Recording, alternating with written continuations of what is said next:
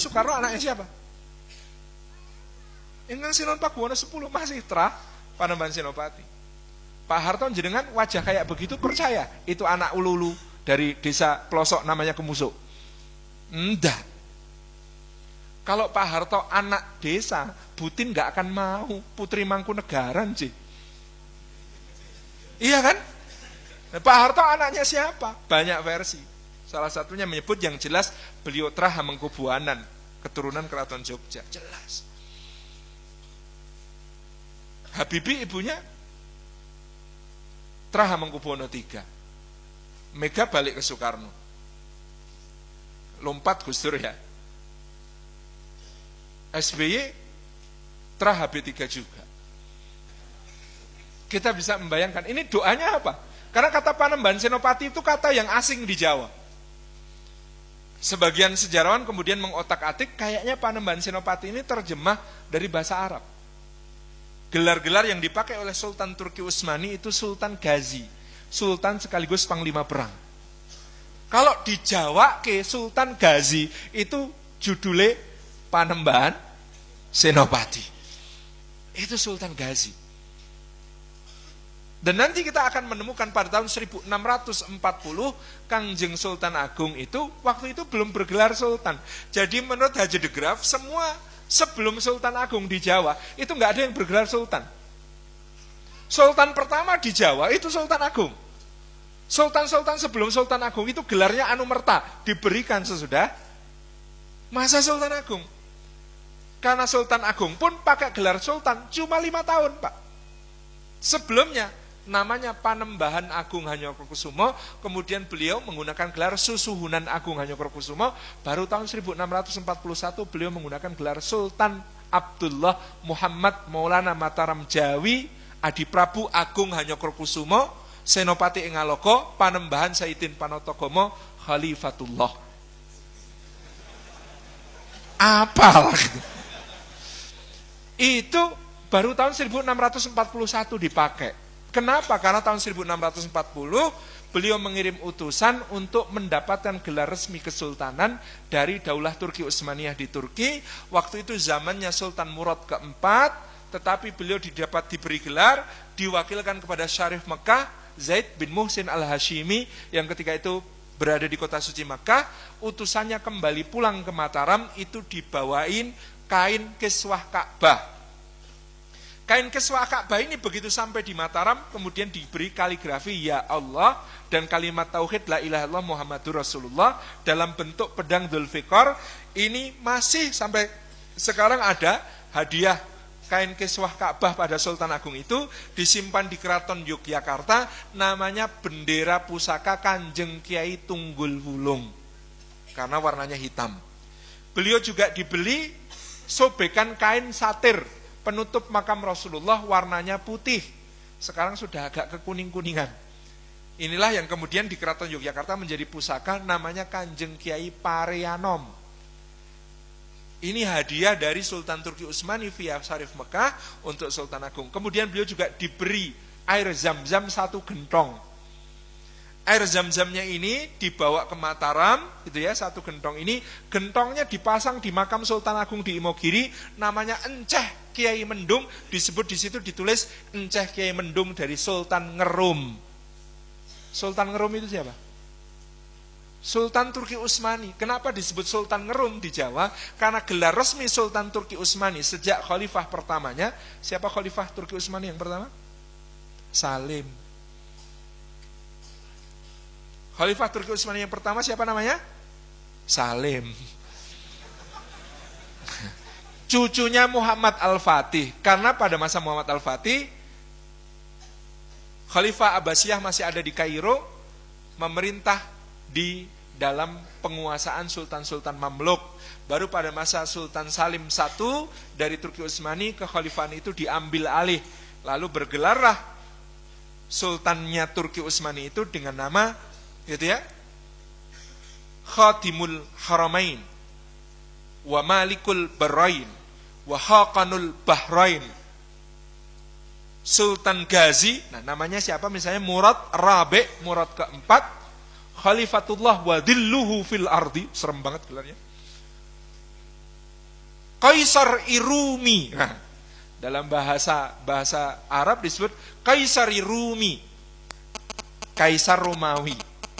Jadi gelar lengkapnya Sultan Turki Utsmani itu adalah Khadimul Haramain, pelayan dua tanah suci. Ini Salim I yang pertama kali pakai, kemudian dipakai oleh Raja Fahad dan raja-raja Saudi yang lain. Pelayan dua tanah suci, wa Malikul Bahrain, raja dua benua, wa Hakanul Bahrain, dan Han Agung dua samudra. Khalifatullah wa dhilluhu fil ardi. Wow. Khalifah Allah dan bayangannya di muka bumi. Kan serem banget itu. Sultan Ghazi, sultan sekaligus panglima perang, gitu ya. Dan tadi ada Kaisar Irumi, Kaisar Romawi.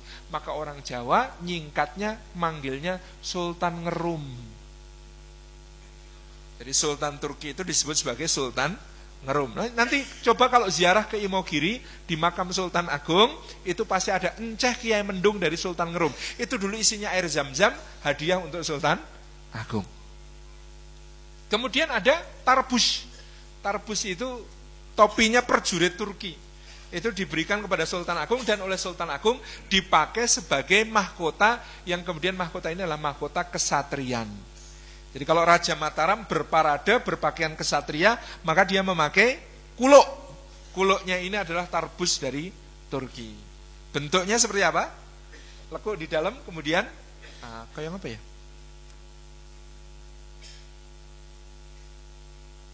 Nah ini yang kayak begini. Ini versi sudah di Android-kan jadi robot. Jadi jenengan bisa lihat lukisan-lukisannya Raja-Raja Mataram, termasuk Nyuwun Sewu Pakubuwono VI yang patungnya ada di Keraton Surakarta. Kalau mau lihat, itu pakainya tarbus Turki yang dulu dihadiahkan kepada Sultan Agung. Itu ya. Itu. Ini hubungannya sangat luar biasa erat dengan daulah Islam di Turki Utsmani. Inilah Sultan Agung yang Masya Allah ya, panjenengan itu kalau membayangkan ini orang ini pinternya ngungkul-ngungkuli. Yang namanya Sultan Agung itu kejeniusannya Masya Allah. Beliau itu melihat, ini kok masih ada jarak. Masyarakat pesisir ini karena dakwah Islam datang lebih dulu, itu pakai kalendernya Hijriyah. Masyarakat pedalaman masih pakai kalender Saka. Basisnya matahari. Yang di tepi pantai basisnya peredaran bulan. Maka oleh Sultan Agung dipadukan. Saiki tahun Jawane diteruske. Jadi tahun 1600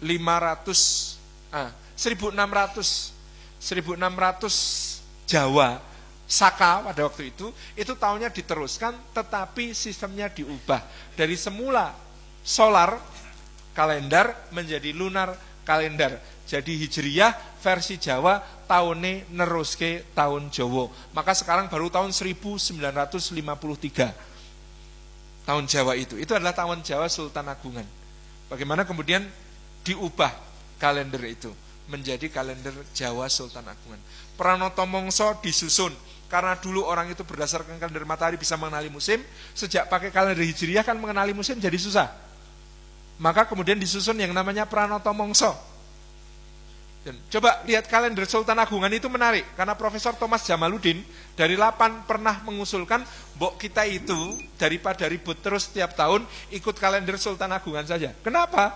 Karena kalau dibandingkan kalender Hisab Muhammadiyah, kalender Hisab Persis, dan kalender beberapa yang lain, kalender Jawa Sultan Agungan itu keakuratannya terhadap rakyat paling tinggi. Itu kan jenius. Disusun tahun 1633 gitu ya, tetapi akurasinya terhadap terhadap rakyat itu paling tinggi. Maka jenengan kalau lihat kalendernya Keraton Jogja itu sering sesuai ru'yat, lebih sering sesuai ru'yat daripada kalender-kalender hisab. Masya Allah. Ini padahal yang nyusun adalah Sultan Agung. Kemudian Kanjeng Sultan Agung ini yang menyusun bahasa Jawa yang kita kenal sekarang. Dulu bahasa Jawa itu tidak ada O, adanya A. Jadi bahasa Jawa yang asli itu kayak yang dipakai saudara-saudara kita di Banyumas, yang ngapak itu. Lah kepriben lah. Jeneng ya kayak kue, ya. Jadi bahasa Jawa yang asli itu yang A, sega bukan sego, lara bukan loro. Kula, bukan kulo. Itu bahasa Jawa asli. Nah, Sultan Agung itu karena cinta bahasa Arab, beliau itu suka sekali pada bunyi kol, bo, to, so, ro. Kok apik itu? Maka kemudian beliau masukkan itu sebagai salah satu vokal bahasa Jawa. Maka vokal bahasa Jawa itu paling kaya dibanding bahasa lain. Ada A, ada O, ada O. Loro karo loro beda. Ada A, ada O, ada O, ada E, ada A, ada E. Iya kan? Bahasa Jawa ini paling kaya vokalnya. Ada E, ada O, ada E. Terus ada apa lagi? I, U, gitu kan? Ini gara-gara Sultan Agung. Gara-gara Sultan Agung juga bahasa Sunda berubah menjadi ada Sunda Unda dan Sunda Usuk. Sunda tinggi dan Sunda kasar. Gara-gara Sultan Agung juga Banjar, Jambi, Palembang dari semula berbahasa Melayu jadi ada O-nya. Wong kita galo. Coba jenengan perhatikan bahasa Jambi, bahasa Palembang, bahasa Banjar. Itu Jawa banget. Reget, bahasa Jawa. Bahasa Banjar untuk kotor, rigat. Dewek, bahasa Palembang itu. Sendirian itu dewek. Gawe, apalagi? Kosakatanya Jawa. Karena ketika itu daulat Sultan Agung diakui sampai Jambi, sampai Palembang, sampai Banjar, sampai Sukadana di Kalimantan Barat.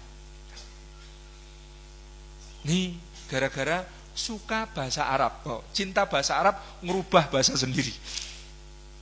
Karawang, Indramayu, kemudian daerah ini Sukowati, Sragen, ini jadi lumbung-lumbung padi karena apa? Perintah Sultan Agung untuk membuka sawah sampai ke pedalaman. Beliau menciptakan satu kesatuan yang luar biasa untuk tanah Jawa. Karena dinul Islam yang kemudian menjadi sebuah inspirasi yang luar biasa. Dan Bapak Ibu boleh lihat, cek di sejarah, Sultan Agung adalah satu-satunya raja dalam sejarah Jawa yang tidak punya selir. Istrinya cuma dua, Ratu Wetan sama Ratu Kulon. Dua-duanya permaisuri. Yang Ratu Wetan itu Ratu Batang, cucu dari Ki Juru Martani. Yang Ratu Kulon itu Putri Cirebon, putri dari Panembahan Cirebon, berarti cicit dari Sunan Gunung Jati. Jadi saya tuh nyari-nyari referensi Sultan Agung ini masuk gak duwe garwa liyane, blas gak enek. Nanti anaknya punya selir banyak, namanya Amangkurat itu. Nanti cucu-cucunya punya banyak selir. Tetapi orang ini, Masya Allah,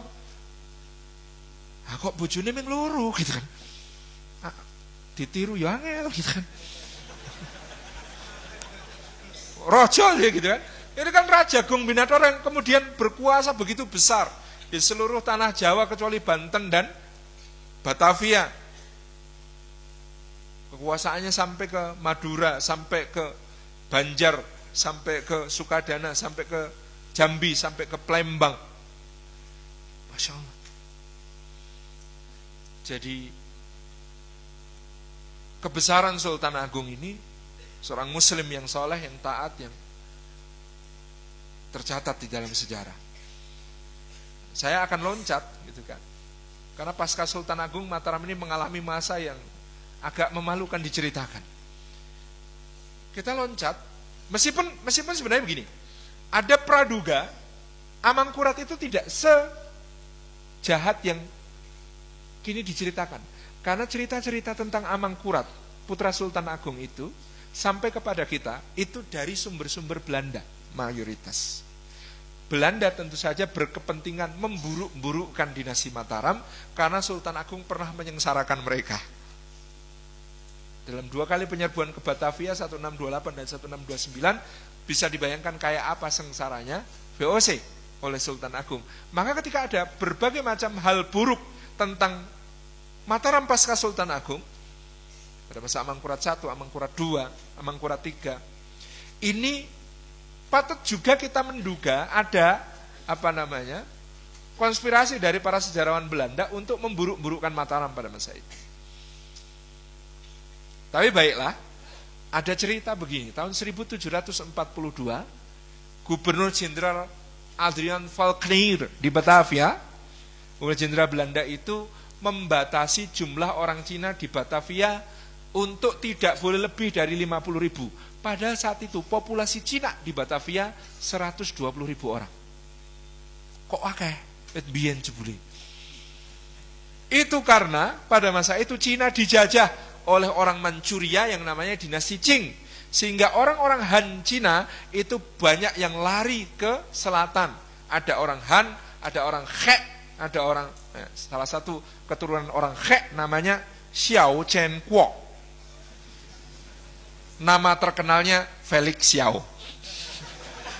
Itu orang He. Nama aslinya Xiao Chen Kuo. Saya sudah wawancara sejarah keluarganya gitu ya. Dia keturunan keberapa dari orang Cina yang lari dari Cina daratan ke Palembang gitu kan. Nah, nama aslinya siapa? Nama margane antum apa? Xiao. Berarti namanya antum apa? Xiao Chen Kuo. Gitu ya. Kok jadi Felix? Felix jeneng baptis sih.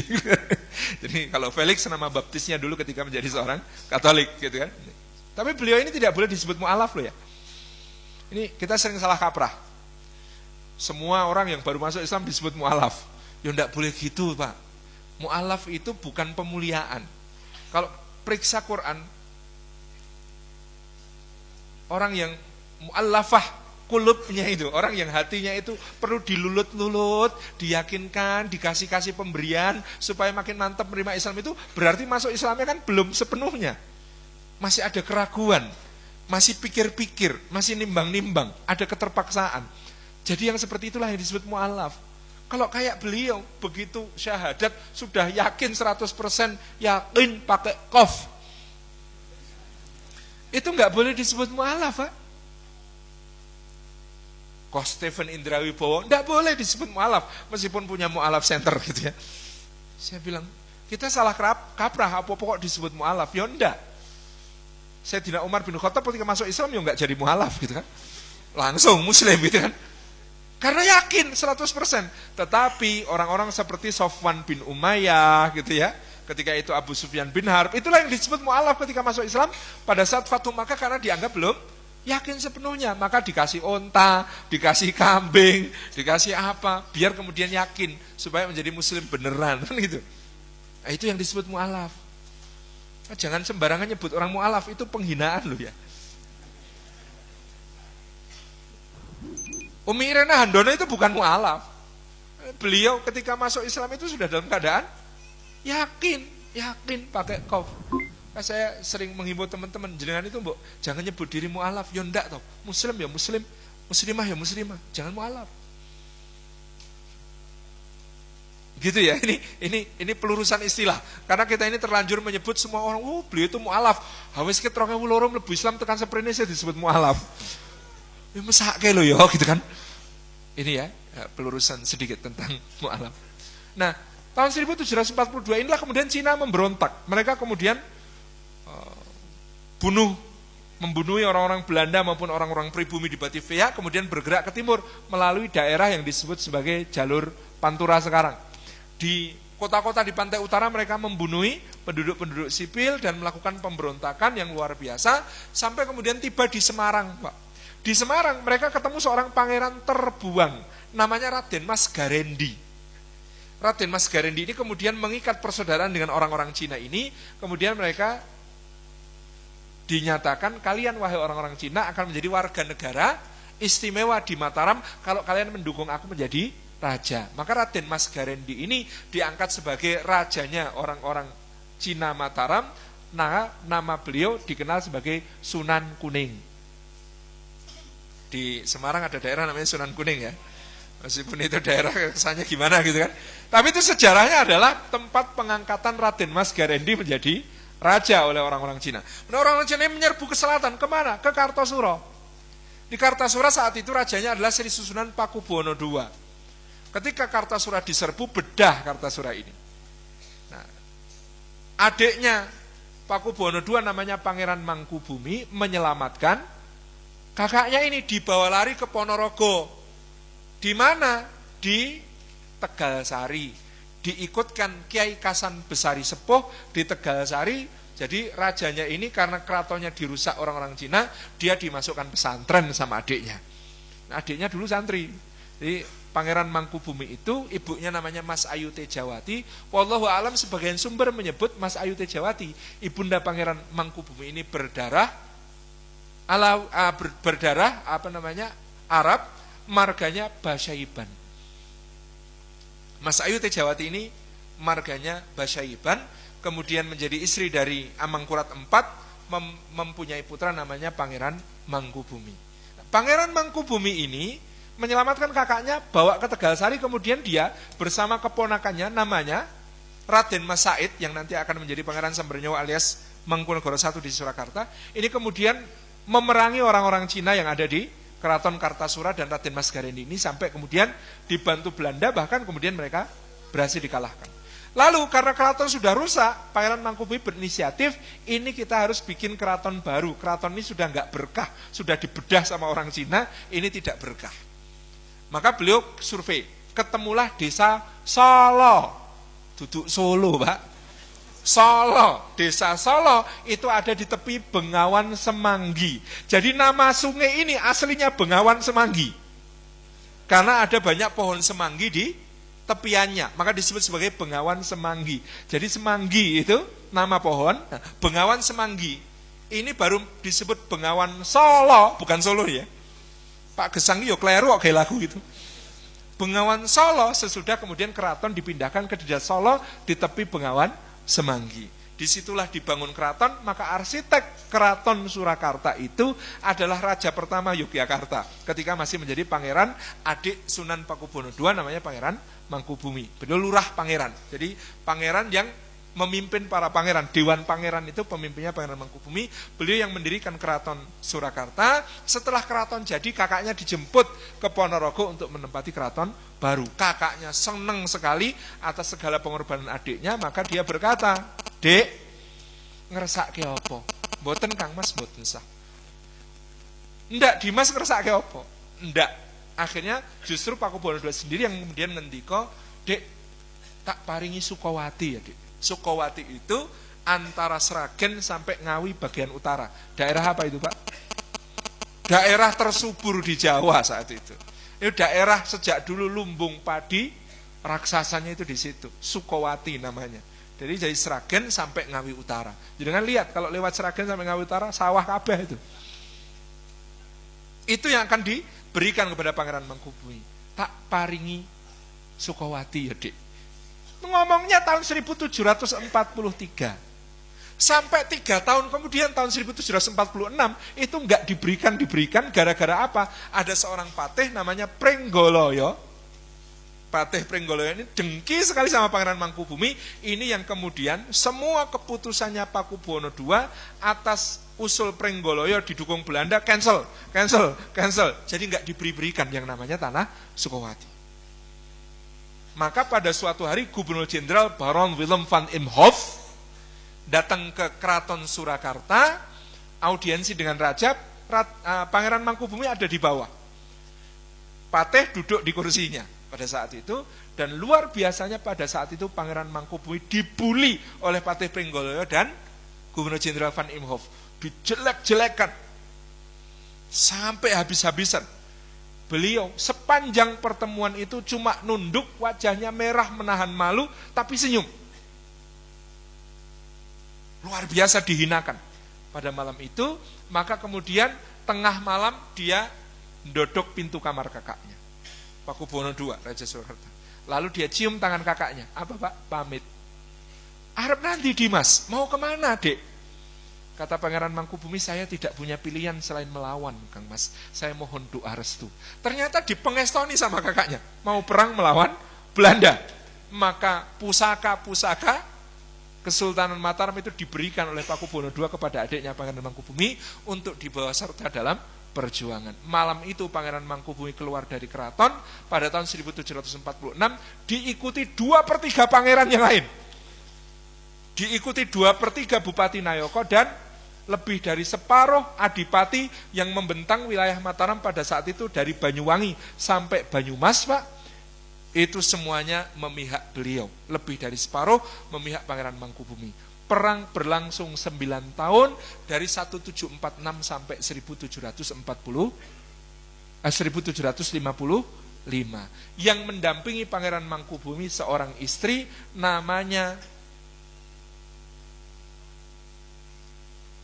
Niken Loro Yuwati. Niken Loro Yuwati ini lahirnya di sini, Pak. Di Ngawi bagian utara yang disebut sebagai daerah Derpoyudan. Di situ beliau lahir dari keturunan Ki Ageng Derpoyudo, naik ke atas Ki Ageng Prampelan, Trah Sunan Ampel, tapi dari jalur kakeknya beliau keturunan Sultan Bima Abdul Qahar pertama. Nah, beliau berdarah Bima sekaligus berdarah Makassar karena Abdul Qahar I permaisurinya adalah putri Raja Gowatalo. Jadi ini Niken Loro Yuwati, istrinya Sultan Hamengkubuwono I nanti menjadi Ratu Ageng Tegalrejo ini adalah seorang putri Kesultanan Bima. Penjenengan tahu sendiri, kalau tindak Bima ada pakaian tradisional wanita Bima. Namanya apa, Pak? Rimpu. Rimpu ini kayak sarung dipakai di muka, nutupi seluruh muka kecuali mata. Ini muslimah Bima itu seperti itu. Dan mereka penunggang kuda yang sangat tangkas. Maka Niken Loro Yuwati ini mendampingi Pangeran Mangkubumi berjihad 9 tahun berperang, Pak, sampai ngelahirke Raden Mas Sundoro yang nanti akan menjadi Sultan Hamengkubuwono II. Itu lahirnya di lereng Gunung Sindoro, Pak. Makanya namanya Raden Mas Sundoro karena lahirnya di lereng Gunung Sindoro itu. Jadi ini mujahidah yang luar biasa yang penjenengan nanti akan tahu. Ratu Ageng Tegalrejo, permaisuri Sultan Hamengkubuwono I inilah yang akan membesarkan pahlawan berikutnya namanya Pangeran Diponegoro. Jadi rangkaian keislamannya luar biasa. Penjenengan mungkin bertanya-tanya, kok tahun 1755 perangnya berhenti, kenapa? Penipuan. Caranya bagaimana? Belanda itu tahu. Tahun 1752 Van Imhoff itu mati di Benteng Ungaran terkepung. Bayangkan, Gubernur Jenderal mati. Di Sungai Bogowonto, Kapiten de Klerk, panglima tertingginya VOC, mati di tangan Pangeran Mangkubumi sendiri.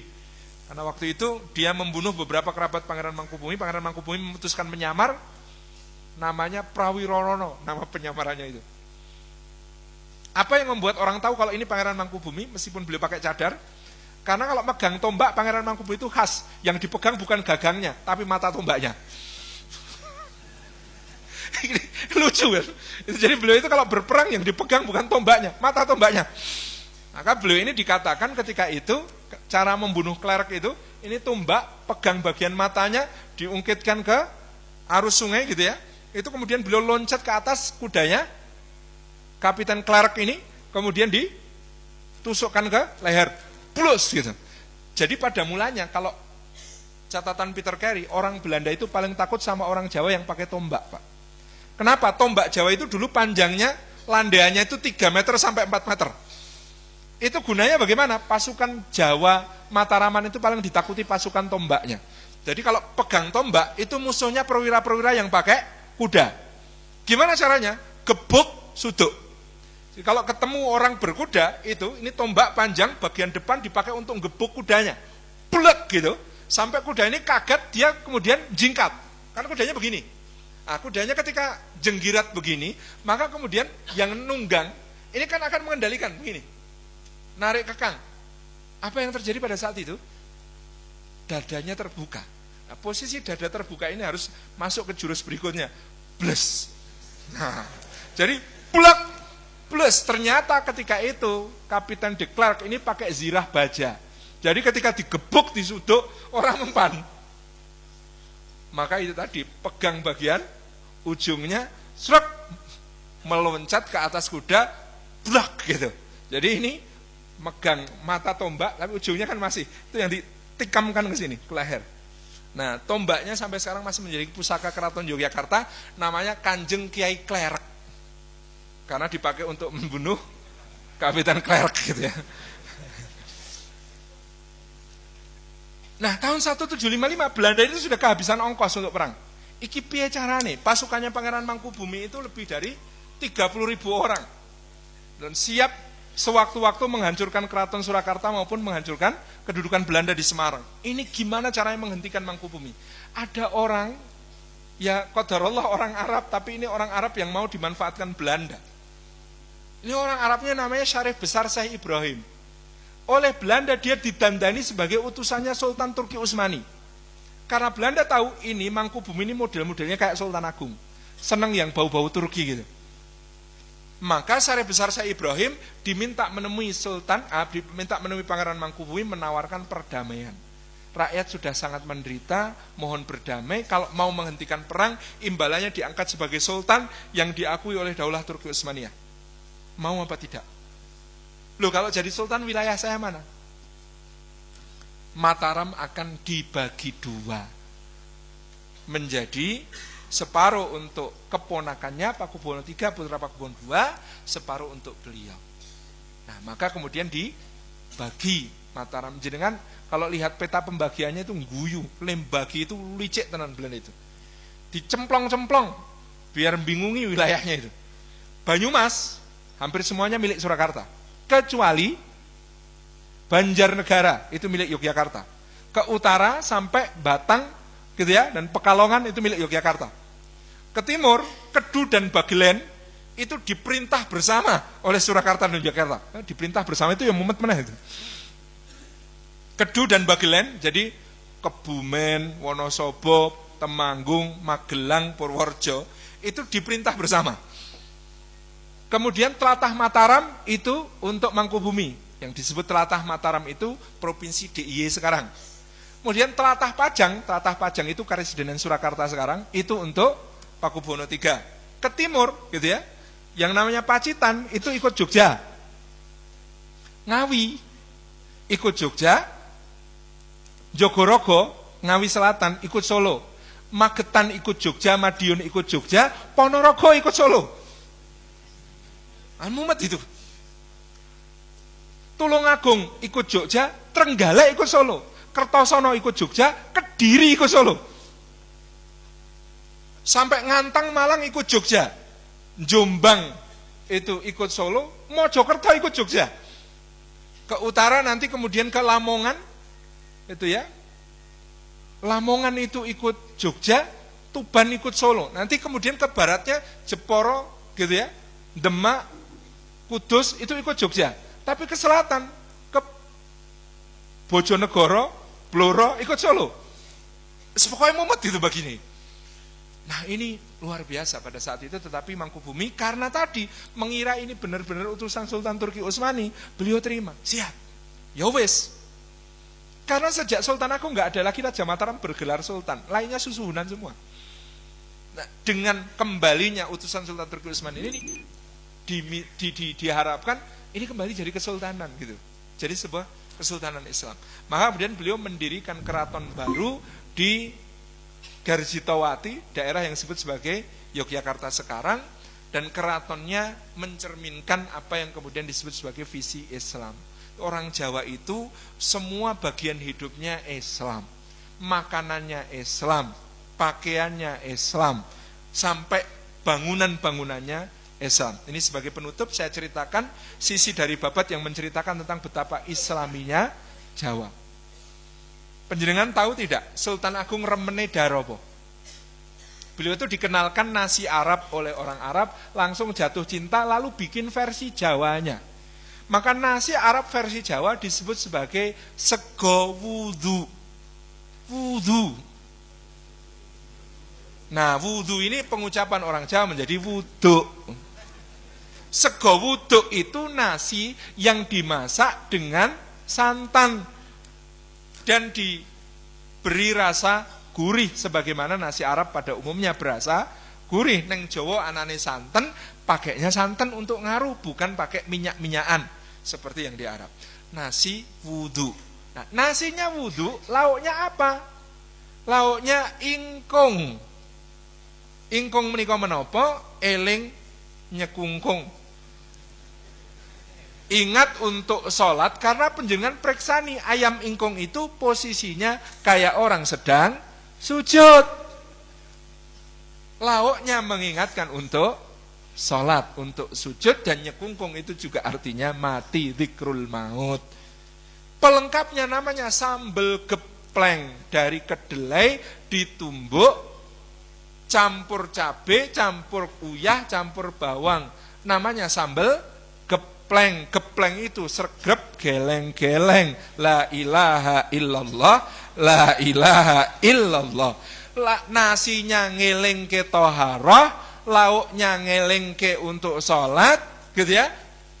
Sambelnya ngeling ke untuk zikir. Nah, nasi wudhu ini oleh pasukan Mataram ketika menyerbu ke Batavia dijadikan sebagai bekal. Di sana juga masak nasi wudhu. Orang Betawi bikin bid'ah, dicampuri sambal goreng jengkol, semur jengkol. Maka bukan lagi nasi wudhu, tetapi nasi uduk. Nah ini sudah bidengah ini gitu.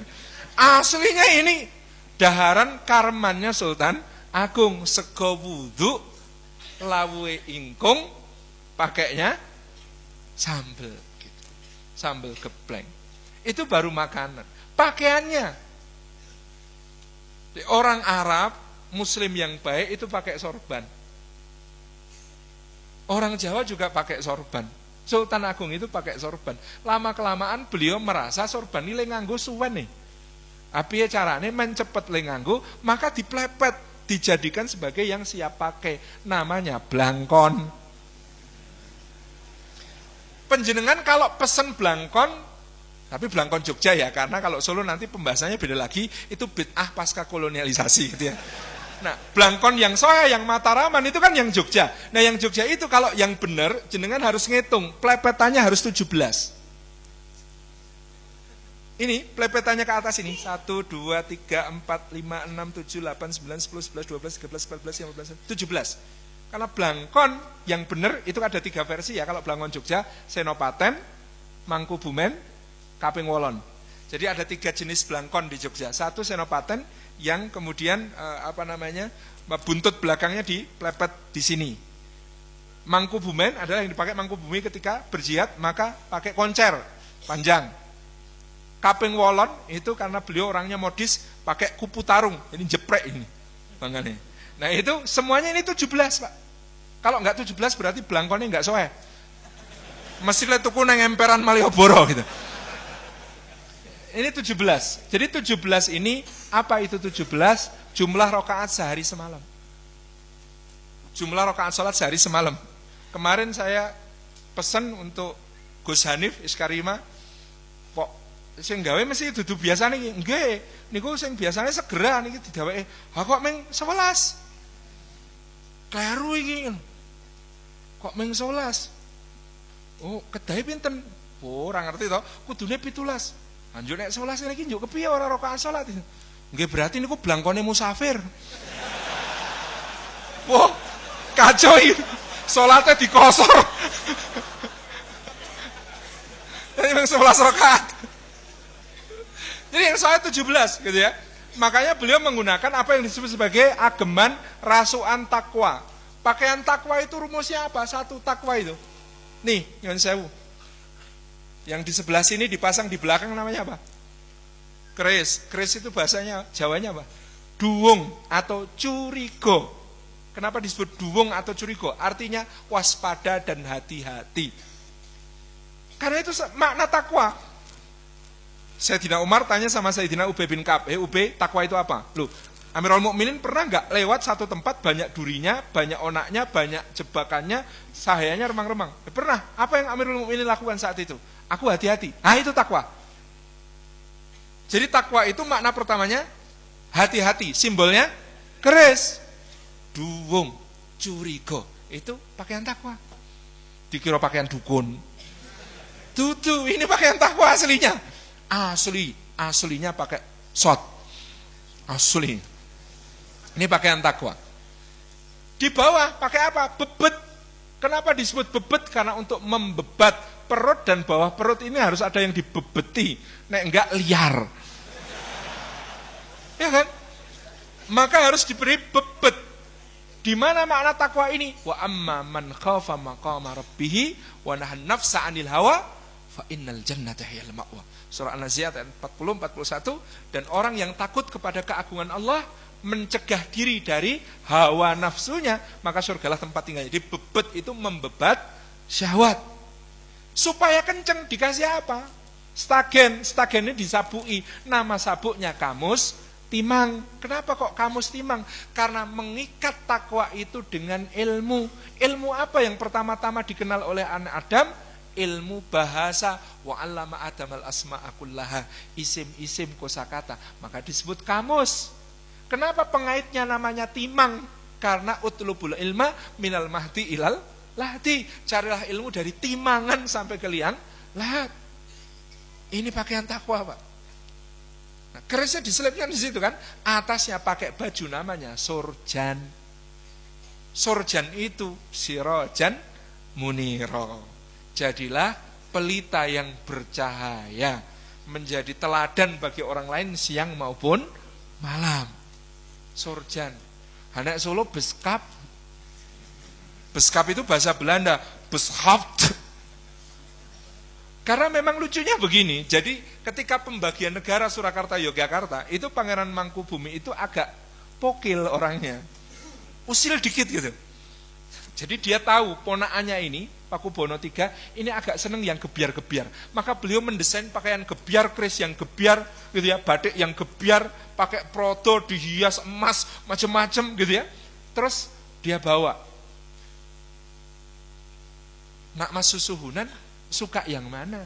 Mau pakai yang lama, Mataraman, yang begini, atau yang baru? Oh, Kanjeng Paman saya suka yang baru ini, bagus saya gebiar.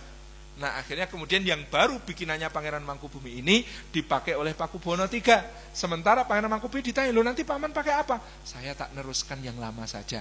Maka dalam sejarah tahun 1755 itu diputuskan Yogyakarta meneruskan tradisi Mataraman, sementara Surakarta Yoso Enggal. Yoso Enggal itu inovasi, bahasa Arabnya bid'ah. Maka kemudian batiknya beda, Pak. Kalau batik Solo nyuwun sewu, warnanya jreng pakai sogo dan kemudian kadang-kadang diprodo. Kalau batik Jogja polosan, warnanya putih, petak latarnya atau kemudian cemeng. Kemudian motifnya dipertahankan. Ini saya pakai batik Ngayojo, sohe insyaallah, Pak. Ini Yasan Hamengkubuwono I, namanya ukel jantung. Tahu maknanya ukel jantung? Ini jantung ya. Diukel jadi satu, ada 8, Ashabul Kahfi dan anjingnya. Ini adalah simbol persaudaraan. Jadi kalau dulu Sultan Hamengkubuwono I kok pakai kainnya itu pakai kain batik ukel jantung, berarti yang mau ditemui ini orang yang akan diajak bersaudara. Nah gitu. Jadi saya ketemu penjenengan mau bersaudara. Maka namanya Salim Ahukum Fillah, karena saudara di jalan Allah. Ini namanya ukel jantung. Jadi batiknya itu maka dipakai. Dulu Sultan Agung pakai parang. Parang itu pereng, lereng-lereng naik ke atas. Itu disebut sebagai tadi gitu ya, mendaki. Mendaki itu kepada Allah, makin tinggi orang ini tambah umur harus tambah tinggi derajatnya. Nah, sorjan kemudian ini tadi pakai blangkon. Blangkon di sini ada mondolannya sebagai mindolah untuk menjadi payung pengayom bagi orang lain. Jadi orang Jawa itu makanannya, pakaiannya Islam. Semuanya. Dikira enggak pakai sorjan, pakai blangkon, dukun wi, musyrik wi gitu kan. Nanti dulu, ini aslinya pakaiannya muslim gitu ya. Nah, apa batiknya semuanya coraknya. Salah satu batik kesukaan Pangeran Mangkubumi itu namanya batik Wahyu Tumurun, Pak. Di Wahyu Tumurun itu nanti ada gambarnya stilisasi ayam jantan gitu ya, ada stilisasi goa, ada stilisasi gunung gitu ya. Itu Gua Hira. Itu Jabal Nur. Itu adalah nuzulul Quran sekaligus Lailatul Qadar. Di situ simbolnya semuanya ada, dan itu adalah batik yang dipakai beliau 10 hari terakhir Ramadan untuk iktikaf. Itu namanya Wahyu Tumurun, gitu ya. Ini contoh. Ini pakaian dari atas sampai bawah ini Islam. Kemudian bangunan Pak. Penjenengan coba kalau ke Jogja. Kenapa Jogja itu ngangeni Pak? Saya itu baru kemarin meninggalkan Jogja. Ini sudah kangen itu Pak. Istri saya itu asalnya juga dari daerah sini. Dari Ngawi kan. Jadi platnya plat AE. Saya tuh seneng plat AB dan plat AE itu kalau bergabung bagus. Karena dulu Panembahan Senopati dapat Ratno Dumilah Putri Madiun. Hamengkubuwono I dapat Ratu Ageng Tegalrejo. Pangeran Diponegoro dapat Ratu Maderno Putri Madiun gitu ya. Jadi saya juga plat AB plus plat AE gitu. Nah, apa namanya?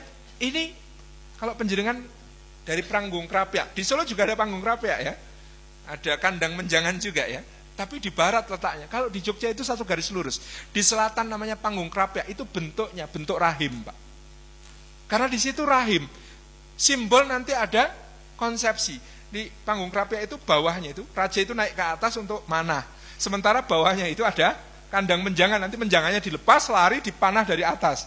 Nah, panah ketemu menjangan, itu simbol konsepsi, sperma ketemu sel telur. Maka desa di sekitar Panggung Krapyak itu namanya Mijen, tempat wiji tumbuh, Mijen. Penjelasan kalau berjalan dari Panggung Krapyak ke arah Plengkung Gading, di Solo juga ada Plengkung Gading ya. Ini ada Plengkung Nirboyo namanya, kalau di Jogja daerahnya Gading. Itu kalau berjalan, maka sebelah kanan pohon asem, sebelah kiri pohon tanjung. Karena di situ bayi lahir. Bayi kalau sudah lahir namanya desanya Mios. Tempat lahir itu ya. Itu kemudian di sebelah kiri pohon asem, sebelah kanan pohon tanjung itu, karena bayi itu kalau sudah lahir harus banyak diesemi, asem, mesem. Dan disanjung. Sing disanjung Gusti Allah, demikian pula bayinya. Jadi mesem, sengsem, tanjung, sanjung. Cara membesarkan balita itu banyak diesemi dan banyak dipuji Allah atasnya, disanjung. Walaqad ataina Luqmanal hikmata anishkur lillah, di situ ayatnya itu. Masuk ke Plengkung Gading itu pohonnya ada sinom, Pak, sudah mulai nom, anak muda. Balik di situ, jalan masuk alun-alun itu ada 5, melambangkan panca indera yang sudah lengkap. Ketika masuk ke situ, maka di situ ada pohon, jumlahnya berbeda-beda. Pakel, pelem, kueni.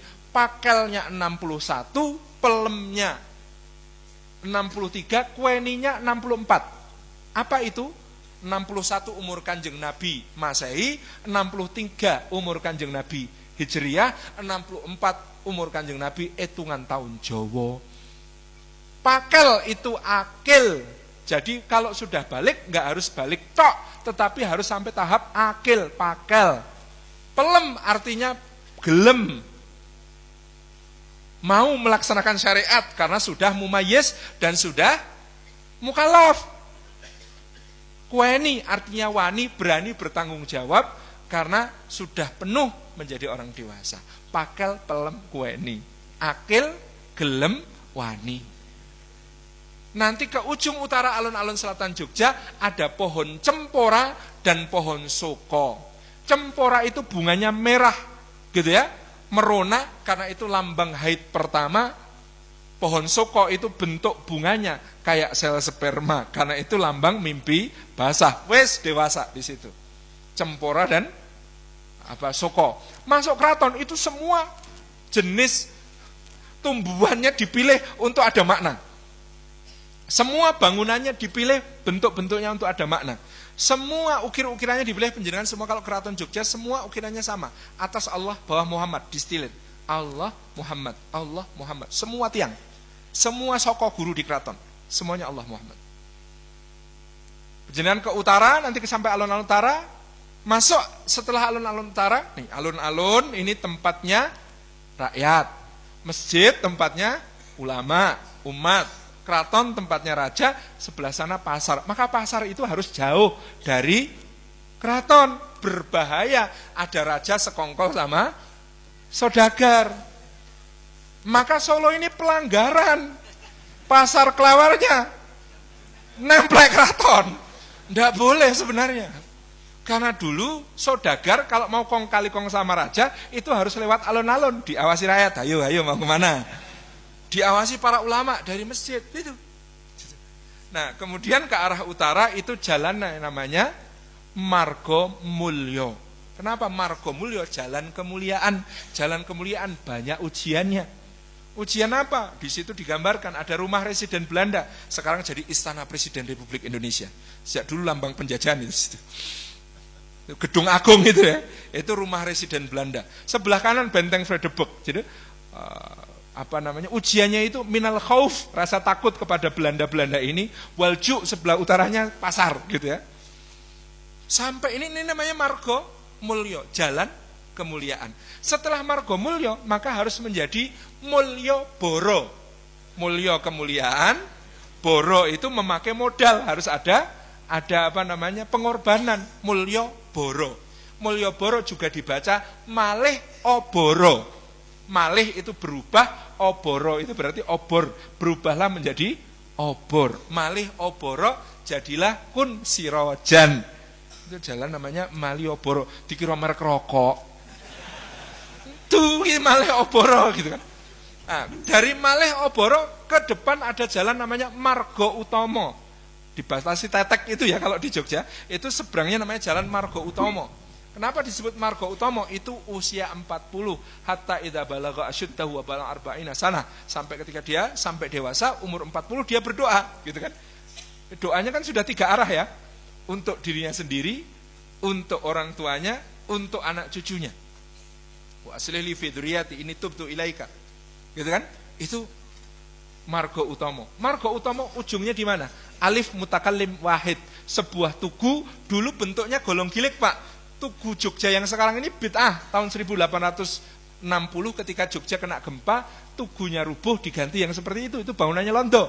Aslinya tugunya Sultan Hamengkubuwono I golong gilik, golong bulat, gilik lurus.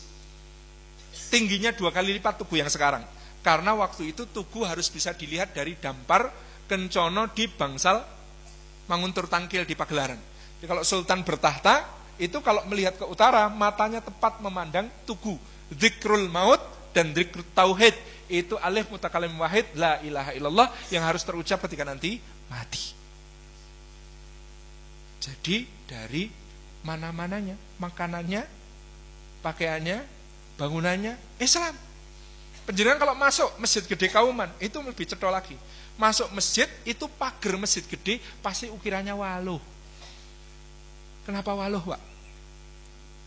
Kul huwallahu ahad. Pagernya manusia supaya tidak kena api neraka itu tauhid, waluh, wallah. Kul huwallahu ahad, waluh. Wong Jawa nek ora dingono kuwi ora dong-dong kok gitu. Waluh. Begitu masuk, panjenengan akan melihat pohon sawo jejer-jejer di halaman masjid. Kenapa kok pohon sawo jejer-jejer? Sawu sufu vakum. Loh bener ini. Jadi pohon sawo itu sawu sufu vakum.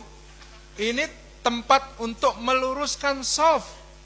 Panjenengan masuk serambi Masjid Gede Kauman di Jogja, ukiran di pojok-pojoknya bentuknya apa? Nanas. Kenapa kok nanas?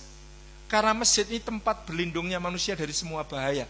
Kul a'udzu birabbin nas, malikin nas, ilahin nas, nanas. Nanti panjenengan lihat di bagian atas, di serambi itu ada sulur-suluran saling bertemu. Ini tempatnya lung-lungan, tulung-tulungan, wa ta'awanu 'alal birri wat taqwa. Itu nanti ada pohonnya, itu akarnya teguh menghunjam gitu ya.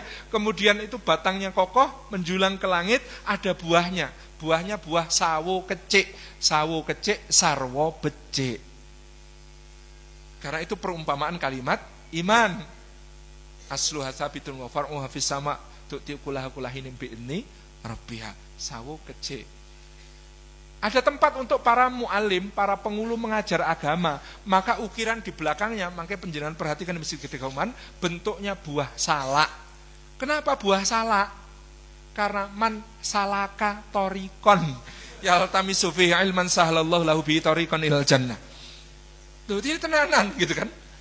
Nanti ada di situ Mahkamatul Kabiroh, pengadilan Surambi, pengadilan syariah yang nanti akan dihapus Belanda setelah kekalahan Pangeran Diponegoro. Dulu ada mahkamah syariah di setiap masjid gede keraton. Nah, pengadilan Surambi ini belakangnya ukirannya mesti wajik. Tahu kenapa kok wajik? Ayo coba ditebak. Wajik itu waji ayauma idim bi jahannam yauma idzi yatadakkarul insan wa anna lahu dzikra. Wajib itu peringatan bahwa nanti di akhirat didatangkan jahanam yang membuat manusia ingat semua perbuatannya di dunia. Sebelum terlambat akuilah di pengadilan. Ayo. Gitu. Jadi wajib jahanam itu menakut-nakuti tersangka. Oh, semua itu Jawa itu Islam tapi tersembunyi di dalam simbol, itu masalahnya. Sebabnya apa kok disembunyikan dalam simbol? Nah, ditulis buku diobong londo rampung, tapi kalau di dalam simbol Arab dicerabut ndak bisa. Panjenengan tahu mustokonya Masjid Gede Kauman itu bentuknya apa? Godong kluweh. Kenapa godong kluweh? Kul innal fadla biyadillah. Katakanlah segala fadl keluwihan, keluweh gitu. Segala keluwihan itu kagungannya Gusti Allah. Maka orang Jawa tabu nanam kluweh depan rumah. Saya diparingi preksa simbah saya, ojo nandur kluweh nang ngarep omah. Sing bener apa sebenarnya? Jangan pamer kaluwihan. Maknanya begitu, bukan karena ora ilok nandur kluweh kok nang ngarep omah gitu. Awake dhewe iki mengertine ora ilok apa ora ilok. Padahal di dalamnya terkandung ajaran ojo pamer kaluwihan. Kluweh kok nang ngarepan gitu. Itu maksudnya nyindir orang yang suka pamer kelebihannya gitu. Jadi ini ya, kita menemukan di Jawa ini sebuah hal yang luar biasa. Nah, kita akan melihat bagaimana semangat perjuangan itu diwariskan oleh misalnya Pangeran Mangkubumi kepada cicitnya. Jadi ketika cicitnya ini lahir, itu digendong sama Pangeran Mangkubumi sama Hamengkubuwono I, dikatakan kepada istrinya Ratu Ageng Tegarjo, Mbok Ratu, anak ini didik, anak ini besarkan dengan baik karena dia akan memberi kerusakan kepada Belanda melebihi yang kulakukan dulu. Karena memang Pangeran Mangkubumi itu meskipun sudah jadi raja, lemungsuan karo londo diteruskan yang delik-delikan. Jadi semangatnya itu semangat permusuhan tapi elegan gitu Pak. Jadi Jan Grief itu gubernur pantai timur Laut Jawa, namanya Jan Grief. Ini pejabat tertinggi Belanda di Semarang. Itu datang berkunjung. Ketika berkunjung di Surakarta disebut gegap gempita, catatan hariannya itu positif semua. Wah, Pakubuwono III menyambut saya senang sekali begini senang. Lalu saya pergi ke Yogyakarta. Begitu sampai di Mulyabara di Jogja itu, dia sudah disambut defile pasukan. Ternyata Mangkubumi memerintahkan dia disambut dengan tembakan kehormatan. Anehnya, meriam maupun senapannya awal-awal diarahkan ke keretanya Jan Grief. Tembak gitu. Nah, Jan Griefnya sudah begini. Mati gitu kan. Ternyata semuanya peluru kosong. Blar gitu kan. Nah, itu turun dari kereta disambut Sultan itu sudah gemeteran Jan Griefnya. Disambut sambil salaman, terus Sultannya senyum misterius. Gitu.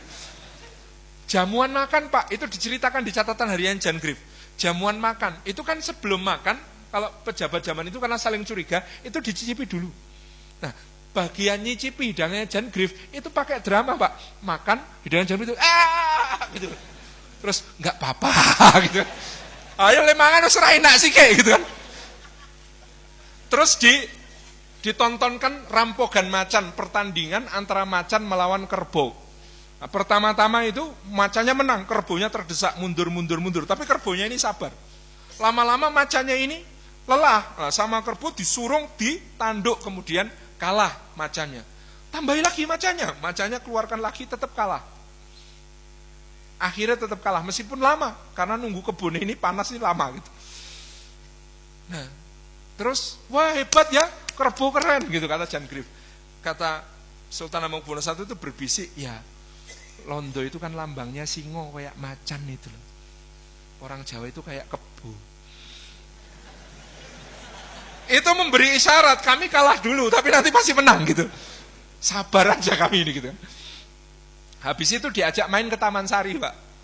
Penjenengan tahu Taman Sari dulu ya, sekarang kan tinggal reruntuhan. Dulu benar-benar berbentuk kastil, water castle yang sangat luar biasa. Di situ ada laut buatan Segoroyoso yang kemudian dipakai untuk main sampan di situ. Nah, Jan Grief ini diajak bersampan berdua sambil ngobrol sama Sultan di tengah-tengah Segoroyoso ini. Tiba-tiba malam yaitu lampu dimatikan semua. Kemudian ada sampan lewat, tiba-tiba Sultan ini loncat ke sampan sebelah terus ninggalin Jan Grief, nggak ditinggali dayung pula. Jadi dia biarkan di situ, kemudian ada suara-suara serem sama tembak-tembakan. Jan Griefnya udah ketakutan dulu gitu. Tak lama kemudian, sekitar 1 jam, itu lampu nyala lagi, Sultan sudah ada di sampingnya, kemudian melambaikan tangan. Monggo, semua sampun beres. Horor kata dia. Jadi dia itu 3 hari di Jogja, rasanya seperti siksaan yang tidak habis-habis. Sultan ini gila kata dia. Jadi ketika pulang ke keraton itu Sultan menunjukkan vitalitasnya. Beliau itu lahir tahun 1718. Berarti kalau kejadian itu sekitar tahun 1773, itu usianya sudah 50-an akhir. Tapi beliau itu gitu ya, jalan itu ya, buanter banget kalau jalan. Itu kan naik turun tangga kalau di Taman Sari itu. Tiap kali nunggu Jan Grief sampai itu joget. Dan tarian di Keraton Jogja itu dulu jogetnya joget gagah. Jangan kalau meresani bedanya tari Jogja dengan tari Solo, turunnya kaki. Perhatikan, turunnya kaki tari Jogja itu blur, gagah langsung. Turunnya kaki penari Solo itu meskipun laki-laki rodok kemayu. Gitu. Nah, maka beksan di Jogja itu beksan lawung, tarian perang, biasanya pakai tombak atau pedang. Menurut sejarah di Krido Beksawiromo, itu ternyata tari perempuan di Jogja baru ada pada masa Hamengkubuwono V, Diyoso baru berani dipentaskan terbuka pada masa Hamengkubuwono VIII. Sebelum itu nggak ada tari perempuan. Nggak ada tari perempuan, Pak. Adanya tari gagah, misalnya Beksan Lawung Ageng. Oh, saya dulu pernah narikan Beksan Lawung Ageng. Itu benar-benar tari gagah, Pak. Tari perang, benar-benar. Terasa sekali ini tari perjuangan. Ini, posisi tangannya nyuwun sewu. Ini megang tombak, yang sini ini apa nyempurit, ngiting, macam-macam itu. Ini bisa. Jadi ini dasar perjuangan yang luar biasa gitu ya. Ini utusan Belanda aja diperlakukan sebegitunya, horor sampai kepoyo-poyo betul gitu. Yang namanya Jan Grief itu menceritakan. Nah, maka tradisi kita di Solo dan di Jogja ini ada garis-garis yang agak berbeda. Misalnya konsep seni Solo itu namanya ndudut ati.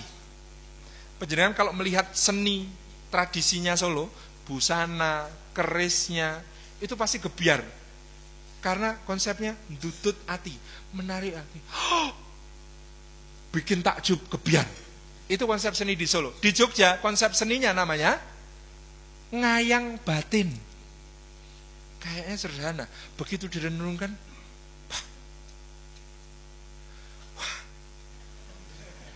wah, gitu. Nah, itu namanya ngayang batin, membuat batin terlunjak-lunjak, tapi mau ngomong nggak kuat, memang saking indahnya. Gaya komunikasinya juga beda. Dulu terkenal ada getak Semarang, gitu ya, gelembuk Yojo, umuk Solo.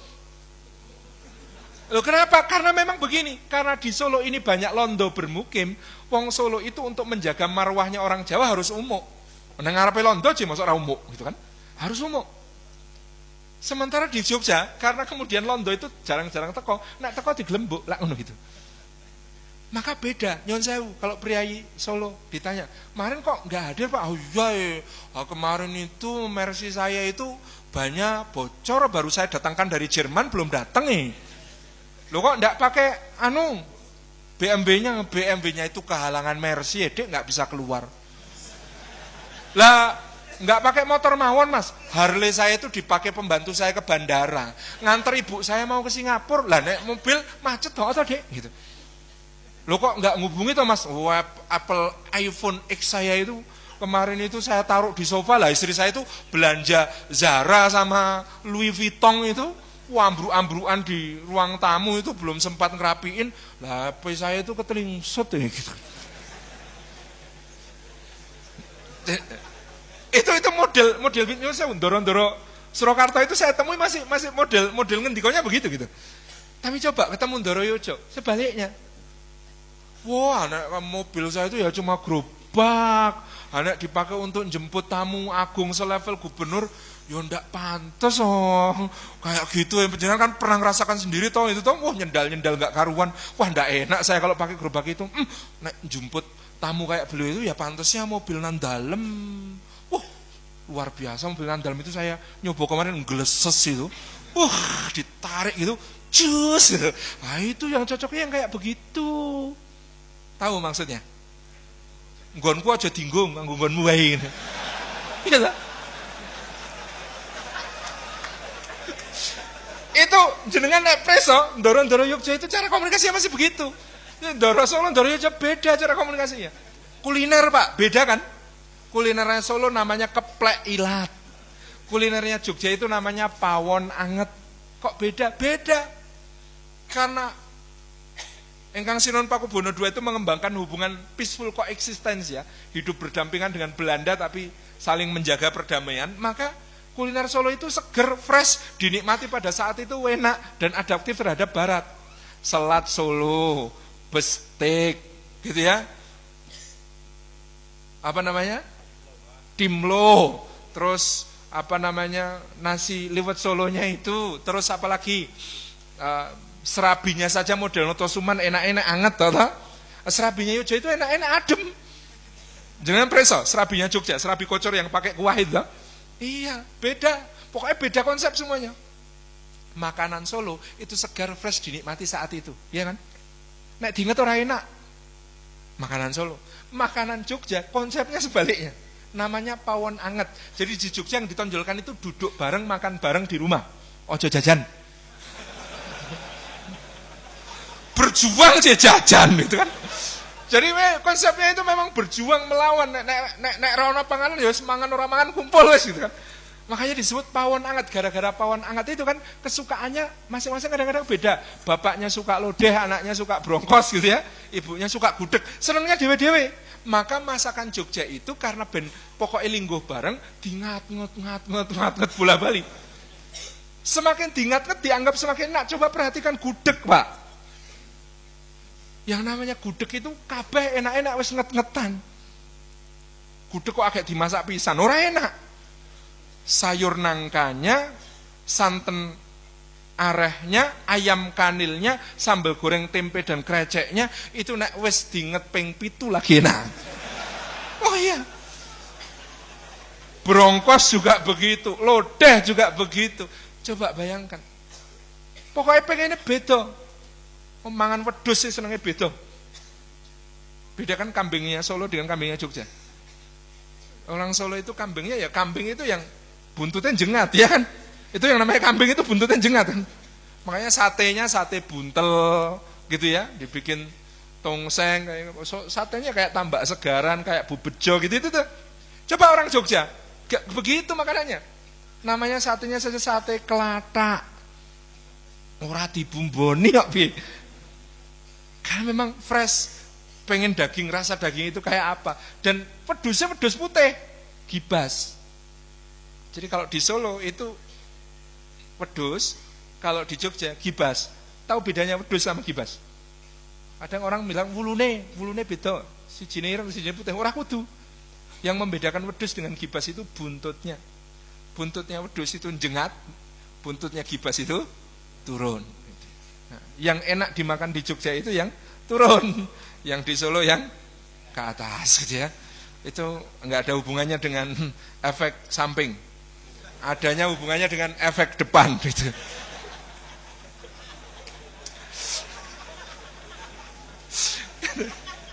Jadi ini konsepnya jadi berbeda semua karena perjuangan itu tadi. Jadi saya ingin menunjukkan ini kemudian yang terjadi berikutnya adalah perang Diponegoro. Maka perang Diponegoro itu 1825 sampai 1830 itu perang terbesar yang dihadapi Belanda di semua wilayah jajahannya dimanapun. 25 juta gulden habis Pak. Itu 25 juta gulden itu kalau diuangkan sekarang Pak, itu 5 kali lipat APBN kita. 25 juta gulden habis untuk membiayai perang Diponegoro itu. 15.000 serdadu Belanda tewas di peperangan. Gak ada di peperangan yang lain Belanda kehilangan serdadu sebanyak itu. Ngeri perangnya ini. Pangeran Diponegoro ini siapa? cicitnya Hamengkubuwono I, putranya Hamengkubuwono III, dibesarkan oleh Ratu Ageng Tegarejo, santri soleh. Jadi kalau di Babad kita ketemu cerita, Ratu Ageng itu ketika sedo tahun 1835 beliau jatuh di sawah. Mungkin bayangan sekarang stroke gitu ya. Itu dijunjung, diangkat ke rumah, itu beliau itu tangannya yang sudah lumpuh separuh itu masih berusaha untuk membetulkan letak kerudungnya. Berarti jilbaban. Permaisurinya Hamengkubuwono I namanya Ratu Ageng Tegarejo itu pakai jilbab. Lihat buku Kedung Kebo, Babad Diponegoro versi Kedung Kebo, di situ ada lukisannya yang namanya Ratu Ibu permaisurinya HB3 dan Ratu Kencono permaisuri HB4 itu dilukiskan masih pakai sampiran kerudung kayak markomahnya ibu-ibu pengajian zaman dulu itu, tapi ini masih pakai kerudung. Luar biasa. Jawa kita masa itu Jawa Islam. Ini Pangeran Diponegoro ini memperjuangkan tegaknya balat Islam. Kiai Mojo, pendukung utamanya Pangeran Diponegoro, ketika ditanya ngopo kok perang ngantepi Islamnya samyo ngelampai perintah dalil ing Quran pan ayat katal. Itu dalam bentuk tembang. Ngelampai ngantepi Islamnya samyo ngelampai perintah dalil ing Quran pan ayat katal. Melaksanakan, memantapkan Islamnya bersama-sama, melaksanakan perintah dalil di dalam Al-Quran surah Al-Qital. Surah Al-Qital itu surah At-Taubah. Kiai Mojo. Jadi Masya Allah, ini perang semesta, santri, bangsawan, rakyat bergabung jadi satu, yang luar biasa saat itu dampaknya bagi Belanda. Jadi Pangeran Diponegoro itu gelarnya Sultan Abdul Hamid Heru Cokro Kabirul Mukminin, Sayyidin Panetek Panoto Gomo Khalifatu Rasulillah. Nah, bedanya dengan gelar-gelar Raja Mataram, Khalifatu Rasulillah. Ini menunjukkan pemahaman keagamaan yang jauh lebih dalam daripada yang pakai gelar Khalifatullah. Khalifatul Rasulillah dan Kabirul Mukminin, bukan Amirul Mukminin. Luar biasa. Kenapa nama beliau Abdul Hamid? Karena beliau memilih nama tahun 1785, tahun kelahiran beliau, di Turki Utsmani, sultannya namanya Sultan Abdul Hamid I. Itu yang kemudian beliau ambil sebagai nama sultannya, Abdul Hamid. Kalau sultan-sultan Yogyakarta itu Abdurrahman. Kalau Sultan Agung itu Abdullah, gitu ya. Jadi Sultan Jawa itu ada Abdullah, ada Abdurrahman, ada Abdul Hamid. Gitu. Ini stempel beliau bentuknya segi 8. Pasukan beliau disusun menurut Janisari, menurut kepangkatan Janisari. Pangkat tertinggi dalam pasukannya Pangeran Diponegoro itu Ali Pasha. Bahasa Turki Ali Pasha, bahasa Jawanya Ali Basah. Ali Basahnya ada 3, Ali Basah Sentot Prawiro Dirjo, Ali Basah Muhammad Usman, Ali Basah Kerto Pengalasan. Di bawah Ali Basah ada Basah Pasha, Basah Imam Musbah, Basah gitu ya, Haji Ngiso, Basah, banyak sekali basahnya. Di bawah Basah ada siapa lagi? Bey. Jadi Bey itu bahasa Turki. Di Jawa jadi Raden Ngabei. Itu bahasa Turki. Raden Basah, Raden Ngabei. Gitu ya. Kemudian di bawahnya ada Dolah, Angadullah. Itu bahasa Turki juga Dulah, Agadaulah. Aga itu Anga. Angadullah. Itu semuanya bahasa Turki. Kesatuannya namanya Turkiyo. Berarti pasukan Turki gitu. Ada Bulkiyo. Itu Boluk, bahasa Turki artinya pengawal khusus. Kemudian ada pasukan beliau namanya Arkio, itu isinya orang-orang Arab. Nah, kalau di Solo ini kampung Arabnya besar, Pasar Kliwon, Semanggi gitu ya. Di Jogja itu ada nama kampung Arab orang-orang Arabe. Penjelasan kalau sebelah timur keraton ada perempatan Gondomanan, maka sebelah tenggaranya namanya kampung apa? Sayidan. Kok orang-orang Sayite? Sayidnya kemana? Jadi dulu di situ tempat tinggal Sayyid Abdurrahman Al-Aidrus. Sayyid Abdurrahman Al-Aidrus ini menantunya Sultan Hamengkubuwono II. Jadi menantunya HB2 itu ada yang habaib, namanya Sayyid Abdurrahman Al-Aidrus. Sayyid Abdurrahman Al-Aidrus punya menantu namanya Syarif Hasan Munati. Syarif Hasan Munati adalah Syarif Samparodi. Ini salah satu panglimanya Diponegoro, namanya itu ya, Syarif Samparwedi ini. Begitu keluarga ini ketahuan membiayai perang Diponegoro, mensupport habis-habisan perang Diponegoro, maka keluarga ini kemudian habis dibantai Belanda. Maka tinggal nama kampungnya Sayidan, gak enek Sayite gitu. Perang Diponegoro ini luar biasa. Jadi beliau Arkio, Bulkio, Turkio, Berjomuah, ada Burjomuah, ada Besun Bosek gitu ya. Itu nama kesatuan-kesatuan semua. Yang naik kuda namanya Sepehi, Sipahi, Light Cavalry, bahasa Turki itu Sipahi, Sepehi, numpak jarang. Jadi ini Masya Allah yang kita lihat, Jawa ini dunungnya Islam. Maka kekalahan Pangeran Diponegoro itu ada dua sisi. Kekalahannya dalam sisi pertama memang syiar Islam di keraton ditumpas. Sejak Pangeran Diponegoro ditangkap di Magelang, jadi kalau ke Magelang itu bisa lihat kursi, di kursi ada bagian lengan yang remuk. Itu konon Pangeran Diponegoro ketika menyadari ditipu, beliau sudah niat bunuh Dekok. Jenderal ini tak pateni gampang. Tetapi akan menodai kehormatan seorang mukmin, ada seorang mukmin membunuh seorang lawan diskusinya, lawan perundingannya di meja perundingan. Aib bagi seorang mukmin. Maka beliau hanya bisa menahan amarah. Diponegoro itu orangnya agak pemarah, tapi beliau ketika itu menahan betul marahnya. Jadi pateni gitu.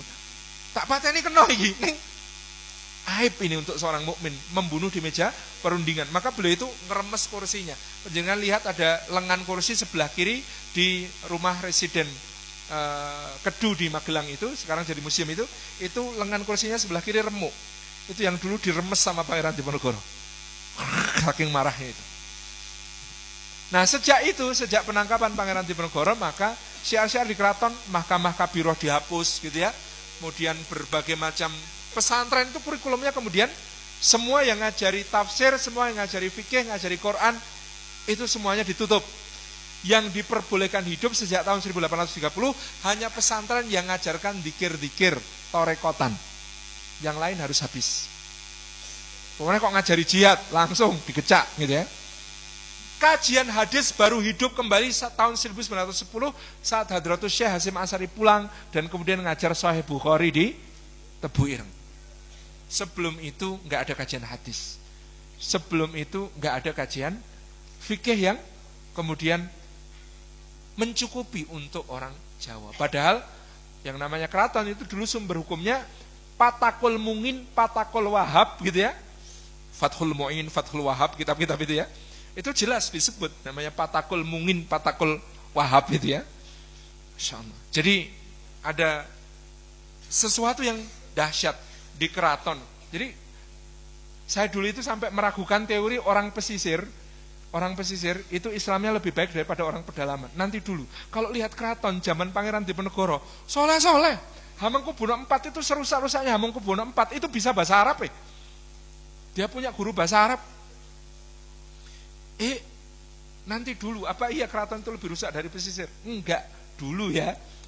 Tapi begitu kemudian terjadi perubahan-perubahan memang iya. Tapi ya sekali lagi saya sering menyaksikan, mosok sih keraton itu seolah akhlak kalah dari pesisir? Enggak. Dangdut paling seru itu ya dangdut pesisir, namanya koplo gitu kan. Kalau sudah rusak lebih rusak di pesisir juga, sama juga gitu kan. Jadi ini maksudnya coba di pesisir itu gadis dipingit kayak Kartini. Itu kan orang pesisir, orang Jeporo loh. Coba putri keraton ikut perang mujahidah itu ya, Nyi Ageng Serang, Ratu Ageng Tegalrejo, naik kuda pakai rimpu nutup muka gitu ya. Wih, mujahidah. Jadi ada nilai-nilai keraton yang Islami itu tergerus setelah kekalahan Pangeran Diponegoro. Tapi di sisi lain, santri-santri pengikutnya Pangeran Diponegoro menyebar ke seluruh penjuru Nusantara, mendirikan desa-desa dakwah baru yang jenengan coba keliling desa-desa di Kedu, Bagelen, Banyumas, sampai kemudian ke timur Magetan gitu ya, Ponorogo, ke timur lagi. Itu nanti kalau ketemu pendiri desanya siapa, orang desa itu akan bangga menyebut pendiri desa kami dulu prajuritnya Pangeran Diponegoro. Itu sangat bangga. Penjenengan bisa kenali. Jenengan kalau keturunan Laskar Diponegoro gampang titikane. Coba cari di rumah simbahan jenengan ada enggak pohon sawo jejer-jejer depan rumah. Kalau ada pohon sawo jejer-jejer depan rumah dan pohon sawonya tua, lama, kemungkinan penjenengan keturunan Laskarnya Diponegoro. Kalau di rumah penjenengan bukan hanya pohon sawo, tapi ada pohon kemuning, duriah. Itu keturunan Pangeran Diponegoro itu kodinya pohon kemuning. Kenapa pohon kemuning? Karena kemuning itu ngemu ening, memberi keheningan. Jadi dulu ketika laskarnya menyebar, kesepakatannya adalah tanam pohon sawu. Kenapa sawu? Sawu sufufakum. Innallaha yuhibbul ladzina yuqatiluna fi sabilihi shaffan ka'annahum bunyanun marsus. Siap kapanpun digerakkan jalan. Jadi mereka itu sebagian percaya bahwa Pangeran Diponegoro itu bukan ditangkap, tapi tindak haji. Sebagian besar laskarnya itu percaya Pangeran Diponegoro itu tindak haji, nanti akan pulang kembali memimpin jihad lagi. Itulah yang cekap, J. Ini baru bagian kecil dari babat, gitu ya. Jadi ini cerita-cerita di seputar tadi. Intinya kalau kita belajar babat, bacanya harus interpretasi, bukan letterlek, karena babat penuh simbol dan metafora. Ngaten nggih, dadi Jawa menika Islam. Hamengkubuwono IX mengatakan Jawa ki ya Islam, nek ora Islam wis ora Jawa. Jawa itu muslim, kalau sudah bukan muslim enggak boleh disebut Jawa. Dia outcast gitu ya. Demikian, matur nuwun. Wassalamualaikum warahmatullahi wabarakatuh.